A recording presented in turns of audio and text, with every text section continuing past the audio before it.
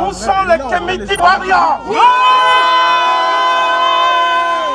Où sont les héritiers de Marcus Garvey?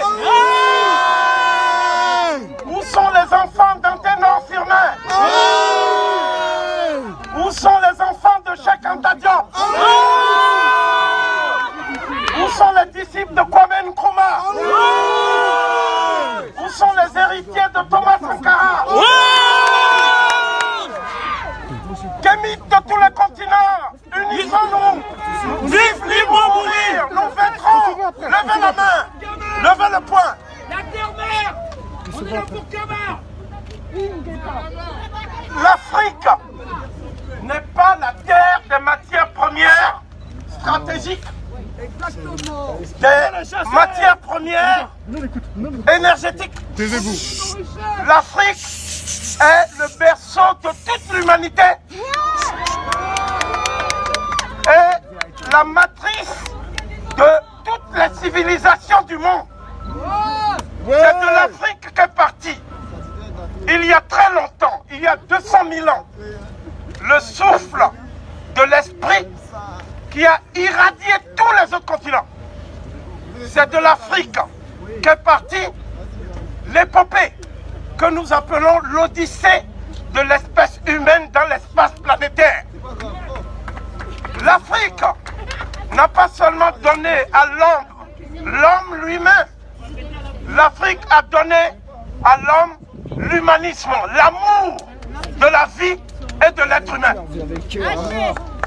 Nous sommes ici pour célébrer ce que j'appelle aujourd'hui la mise à mort de la Marthe, la déesse Marthe.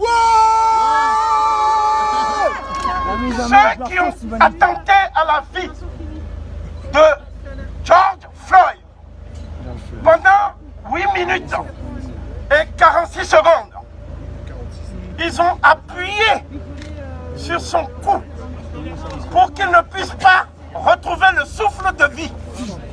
Il y avait 3 manières de mettre à mort les Noirs aux États-Unis d'Amérique, qui sont la plus grande prison du peuple qui a existé depuis que l'Afrique a perdu l'initiative historique. L'Holocauste noir, c'est l'épisode le plus tragique de ce que nous appelons la mise à mort de l'humanité, de l'homme. Depuis que l'humanité a rompu avec les valeurs spirituelles de l'Afrique, l'humanité est devenue une humanité chaotique, erratique. Nous sommes dans l'errance, nous sommes dans la souffrance. La nature elle-même est détruite et la nature se venge. La nature est détruite parce que l'Africain, quand chacun le sache, partout où il se trouve, il est un citoyen entièrement à part. Il n'est jamais un citoyen à part entière. Notre histoire avec les États-Unis d'Amérique, la rencontre du peuple noir avec les États-Unis d'Amérique est une histoire de tragédie sans fin. En 1778, 4 bateaux ont quitté la côte de l'Afrique occidentale et ont accosté à Jamestown, aux États-Unis. Il y avait 850 Africains qui avaient été débarqués à fond de cale, dans des conditions inhumaines. Pour mettre à mort un Africain, le Ku Klux Klan a 3 méthodes. La première, c'est qu'on les pendait au cou de boucher. La deuxième, c'est qu'on les brûlait vifs. La troisième, c'est ce qu'on appelle le supplice de la bête de sang. C'est-à-dire on met le genou sur le cou et on presse jusqu'à ce que tout souffle de vie s'échappe. C'est ce qui a été fait avec George Floyd. Donc les Africains parlent de la fin des violences policières. Ce que les Africains doivent dire à la fin du monde, c'est que lorsqu'on tue plusieurs fois les mêmes gens, les mêmes populations, ça ne s'appelle plus des accidents ou des bavures. Nous appelons ça des assassinats.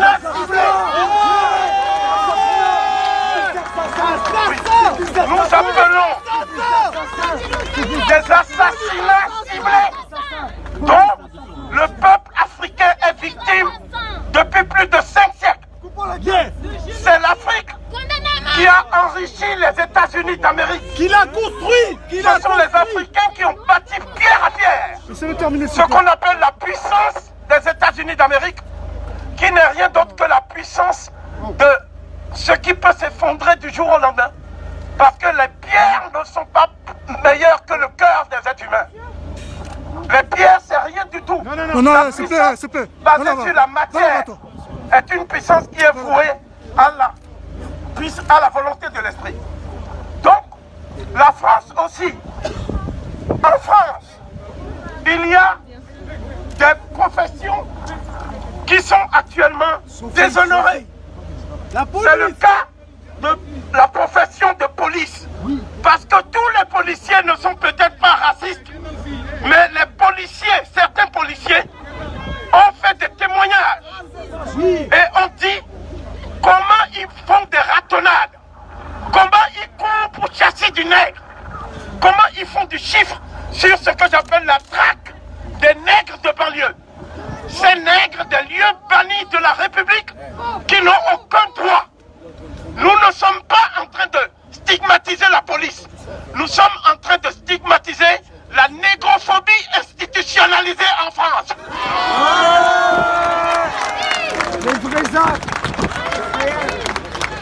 Nous savons que partout dans le monde, l'émotion s'est invitée et les gens marchent. Les gens de toute confession, les gens de toute ethnie qui ont été indignés par le crime dont George Floyd a été victime. Mais si par exemple une jeune femme qui passait par là n'avait pas filmé cette scène, ce serait un acte banal. Parce que on a l'habitude de mettre à mort le noir de façon banale. On a banalisé le meurtre du noir et nous voulons que le meurtre du noir ne soit plus banalisé. Nous allons donc prendre les dispositions nécessaires. Pour prendre les dispositions nécessaires, nous ne pouvons plus nous contenter de sitting ou de marche. Nous devons prendre en main notre vie. Nous devons prendre en main notre destin. Malcolm X, alias Homo Wale, disait chaque noir qui meurt encore, qui tombe sous les balles des forces qui portent la mort, il doit nous pousser vers la révolution noire mondiale. Nous devons engager la révolution noire mondiale. Le problème aujourd'hui, ce n'est plus de lutter pour l'égalité des droits. Le problème, c'est de libérer l'Afrique de l'oppression, de l'impérialisme, du néocolonialisme. Nous voulons que les Africains comprennent une chose. L'Afrique, c'est le seul continent qui peut vivre en autarcie totale sur le plan économique pendant 10 000 ans. Ce que nous cherchons à travers un prétendu commerce international qui est un échange inégal, ce que nous cherchons, c'est ce sur quoi nous dormons. Nous dormons sur l'or, le diamant, manganèse, cobalt. Et l'Afrique a les 3/4 des richesses du monde. L'Afrique manque d'une seule chose. C'est l'unité d'action des Africains entre eux. Ils ont inventé les Antillais. Ils ont inventé les créoles. Ils ont inventé toutes sortes de nationalités factices. Mais nous ne sommes ni Antillais, ni créoles, ni Yoruba, ni Dogon, ni Bambara. Nous sommes tous des Kémis. Nous sommes tous des Kémis engagés dans un processus de reconstruction du continent que nous appelons Kemet. Nous voulons les États-Unis d'Afrique. Nous voulons créer une grande puissance qui va mettre à l'abri tous les Noirs qui souffrent dans le monde. Nous voulons que ceux qui ne nous aiment pas nous respectent. Nous voulons imposer ce qu'on appelle la nouvelle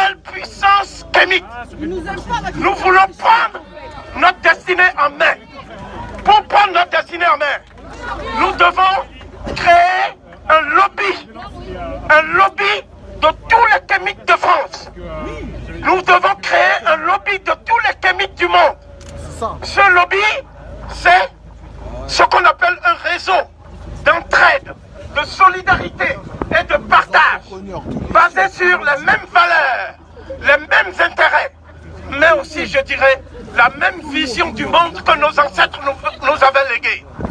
Voilà pourquoi je suis venu apporter le message de l'espoir. Si nous voulons être dignes du combat, le frère de combat, Egunchi Béhanzin, qui porte un très grand nom, le frère de combat, Joe Dalton, si nous voulons retrouver l'esprit des Black Dragons,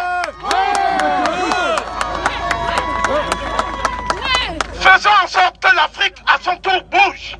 J'aimerais voir des gens devant l'ambassade des États-Unis à Dakar, devant l'ambassade des États-Unis à Ouagadougou, au Burkina Faso, à Cotonou, au Bénin, partout en Afrique. Il faut que les forces vives de l'Afrique se mettent en marche jusqu'à la liberté, jusqu'à ce que l'Afrique retrouve sa puissance. L'Afrique n'est pas le continent des mendiants. On nous fait passer pour des mendiants. Nous ne pouvons pas mendier alors que tout le monde vit sur la rente de l'Afrique.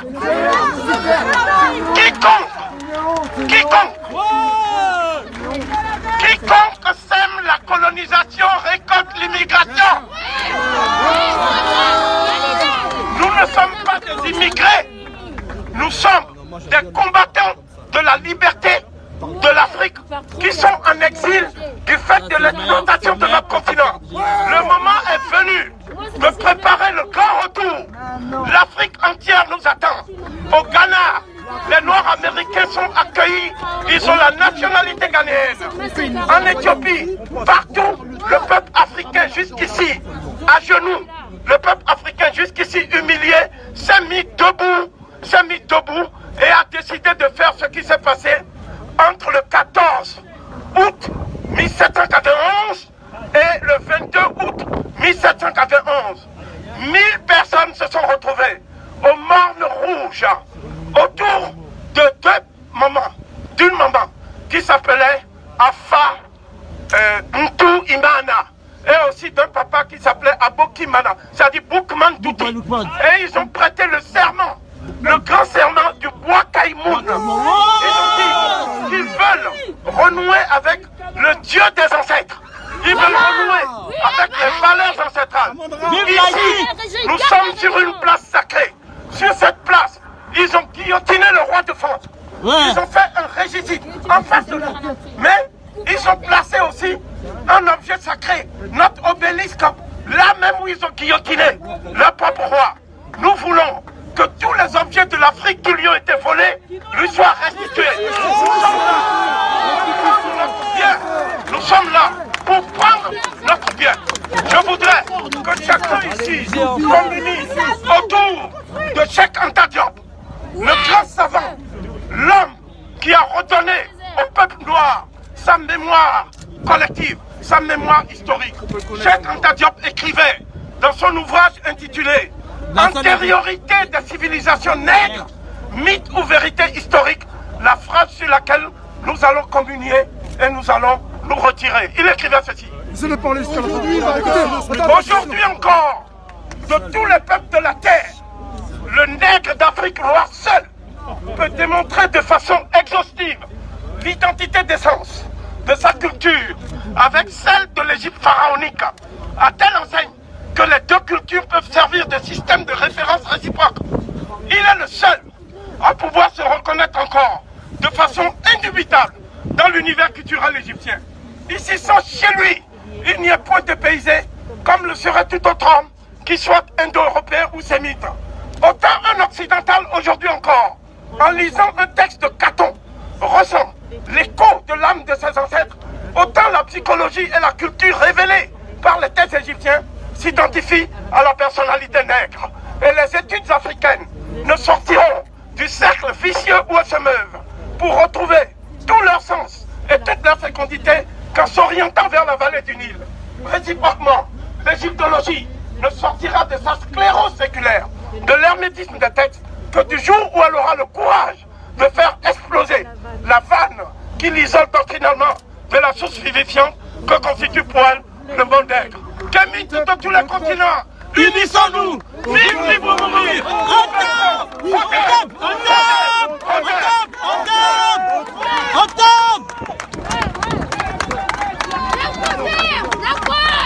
Merci professeur! Merci professeur! Merci professeur! Merci professeur! Merci professeur! Doucement les frères, canalisez-vous, canalisez-vous. On va sortir. On va sortir. Là c'est professeur! Avec quel professeur? Professeur Koufik-Firish. C'est le professeur! Merci beaucoup. Professeur. Ceux qui sont, faites attention! Ils sont en train de nous encercler! Regardez tout droit devant vous, vous allez les voir! Personne ne les provoque! Mais s'ils nous cherchent, nous nous trouverons! Escortez le professeur, escortez le professeur. Une équipe pour escorter le professeur! Une équipe pour escorter le professeur, s'il vous plaît! Escortez le professeur!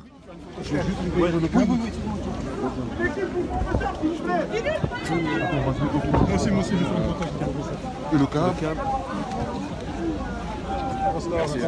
On va protéger le professeur. Ouais, on va l'amener. Où est-ce que tu veux aller là maintenant là? On fait là-bas. Au métro là. Le métro qui est à l'intérieur là. Ok, vas-y, on y va. Ouais. On vous escorte. On vous escorte. Moi j'avais tout.